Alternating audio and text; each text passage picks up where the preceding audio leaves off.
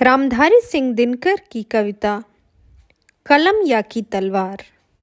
रामधारी सिंह दिनकर जी का जन्म 23 सितंबर 1908 को बिहार के मुंगेर जिले के सिमरिया गांव में हुआ था। मोकामा घाट के एक स्थानीय विद्यालय में आरंभिक शिक्षा ग्रहण करने के पश्चात उन्होंने पटना विश्वविद्यालय से स्नातक की परीक्षा उत्तीर्ण की। विद्यार्थी जीवन में इतिहास, राजनीति और दर्शन शास्त्र दिनकर जी के पसंदीदा विषय थे।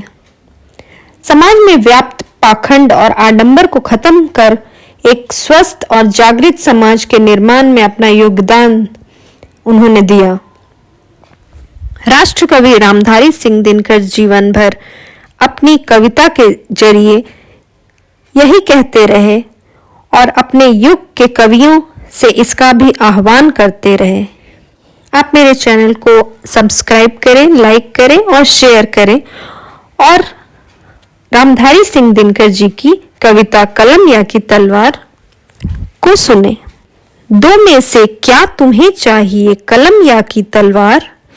मन में ऊंचे भाव की, तन में शक्ति विजय अपार। अंध कक्ष में बैठ रचोगे ऊंचे मीठे गान, या तलवार पकड़ जीतोगे बाहर का मैदान। कलम देश की बड़ी शक्ति है, भाव जगाने वाली, दिल की नहीं दिमागों में भी आग लगाने वाली। पैदा करती कलम विचारों के जलते अंगारे, और प्रज्वलित प्राण देश क्या कभी मरेगा मारे। एक भेद है और वहां निर्भय होते नर नारी, कलम उगलती आग जहां अक्षर बनते चिंगारी।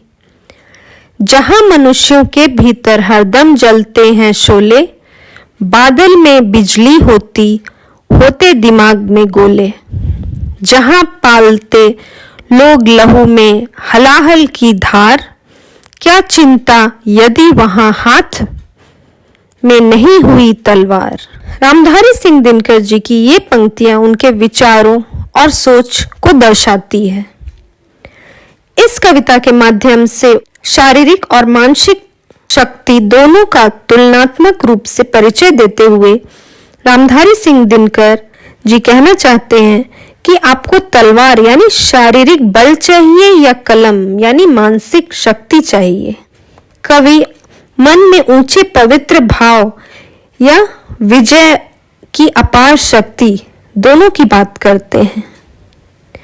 दिनकर जी दो में से एक की चुनाव की बात करते हैं, कलम या की तलवार। यह चयन हम पर निर्भर करता है कि हम अपनी मानसिक शक्ति द्वारा परिवर्तन लाने की कोशिश करेंगे या बल द्वारा अपने प्रदर्शन दिखाएंगे। दिनकर जी कहना चाहते हैं कि बंद कमरे में अगर बैठकर ऊंचे गान यानी बड़ी बड़ी बातें करेंगे या फिर रण क्षेत्र में उतरकर विजय प्राप्त की कामना को पूर्ण करेंगे, वह कलम को एक बहुत बड़ी विशाल शक्ति बताते हैं जो भावों को जगाकर केवल दिल में ही नहीं मन में भी भावों को प्रज्वलित करने वाली अग्नि की भांति होती है। यानी कलम की ताकत वह है जो व्यक्ति को झकझोर कर रख देती है। कलम एकमात्र वह ताकत है जिसमें किसी भी प्रकार का भेदभाव नहीं रह जाता।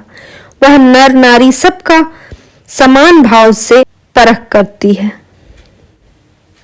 कलम वैचारिक आग उगलने का कार्य करती है और विचार अंगारों के रूप में सदैव मन मस्तिष्क में जलते रहते हैं, जिससे कभी देशभक्ति पर आंच नहीं आती और व्यक्ति सदा ही देश पर मर मिटने को तैयार रहता है।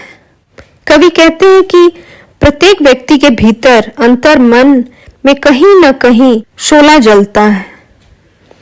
जिस प्रकार बादल में बिजली का निवास होता है, उसी प्रकार हिंदुस्तानियों के हृदय में विचार की ज्वाला गोलों के रूप में बरसती है। दिनकर जी बहुत ही मार्मिक रूप से कहना चाहते हैं कि क्या हुआ हिंदुस्तानियों के हाथ में यदि तलवार नहीं, तो इस बात की चिंता नहीं, क्योंकि यहाँ प्रत्येक देशवासी अपने हृदय में लहू के अंदर हलाहल अर्थात जहर लिए घूमता है। धन्यवाद।